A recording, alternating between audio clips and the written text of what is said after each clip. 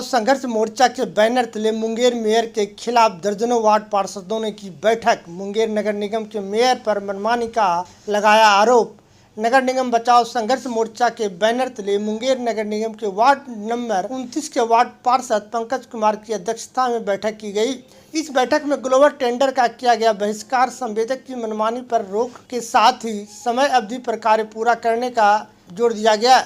Ward पार्षदों ने मुंगेर नगर निगम mayor कुमकुम देवी पर गलत तरीके से टेबल टेंडर कराकर कुछ खास लोगों को टेंडर देने का आरोप लगा रहे हैं। इनका कहना है कि यदि किसी भी वस्तु का क्रय किया जाता है तो वार्ड पार्षदों को वस्तु का क्रय मूल्य मेयर के द्वारा मांगने पर नहीं बताया जाता है। इससे साफ प्रतीत होता है कि नगर निगम में भ्रष्टाचार हो रहा है, जिसके खिलाफ मुंगेर नगर निगम के सभी वार्ड पार्षद को एकजुट होने का अपील किया है। साथ ही साथ उन्होंने कई गंभीर आरोप भी मुंगेर नगर निगम के मेयर पर लगाए हैं और उन्होंने सभी वार्ड पार्षदों को एकजुट होने का अपील किया है। बैठक कर रहे हैं कि महापौर को हम लोग कुछ भी कहते हैं, हम लोग के वार्ड में लाइट ठीक नहीं होता है, हम लोग के वार्ड कोई भी वार्ड का सुझाव देते हैं तो मानने के लिए तैयार नहीं रहती है। बोर्ड में जो है प्रोसीडिंग हम लोग को उपलब्ध नहीं करवाती है। कमिश्नर के यहाँ हम लोग आवेदन दिया अनेकों बार, उसका रिक्विजिशन भी आ गया, उसका जवाब अभी तक नहीं दी है। यही सब मनमाने ढंग से बोर्ड को चलाती है, मनमाने ढंग से क्रय विक्रय करती है, नहीं देती है।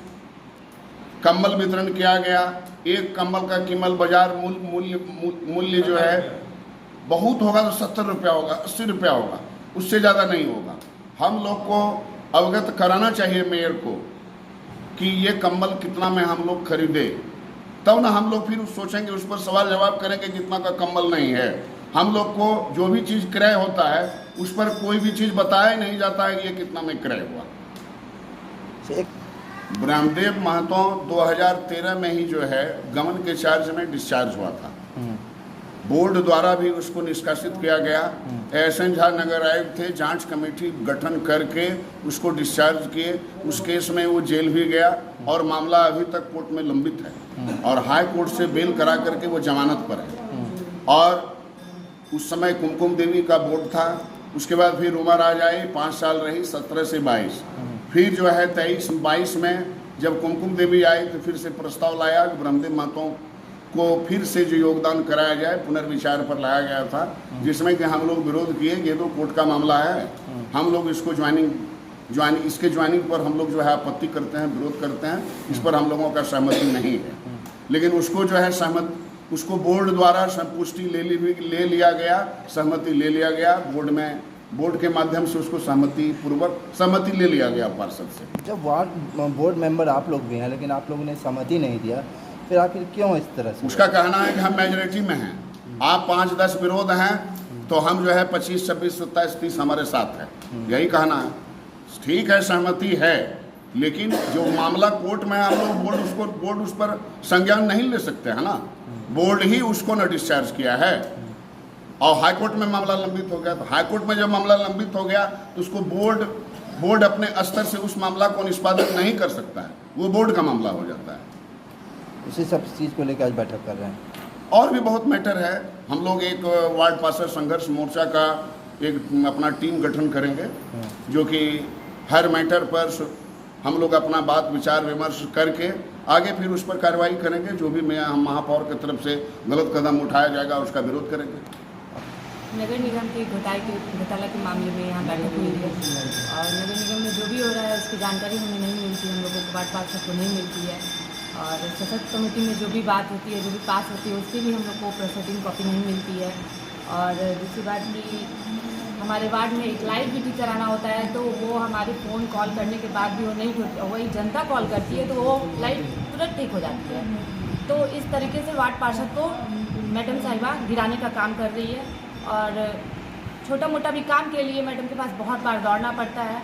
मनमानी है मैडम की, जो चाहती है वो करती है, जो नहीं चाहती है नहीं। तो सभी पार्षद एक मोर्चा का गठन किए हैं, नगर निगम बचाओ संघर्ष मोर्चा का गठन किए हैं। इसमें बहुत सारे वार्ड पार्षद हम लोग मिल करके मजबूती से खड़े हैं और सभी वार्ड पार्षदों से मेरा अपील है कि अगर आपको लगे कि हम लोग अच्छा काम कर रहे हैं तो आप लोग जुड़िए, और जिनको नहीं जुड़ना है उससे भी हमको कोई मतलब नहीं है। हम इतना आदमी ही हम नगर निगम को झेल लेंगे। और जितने भी टेंडर हुए हैं, चाहे ग्लोबल टेंडर हो या फिर समरसेबल का टेंडर या जो भी और भी रोड का टेंडर हुआ हो, सभी का जांच उच्च स्तरीय जांच होनी चाहिए।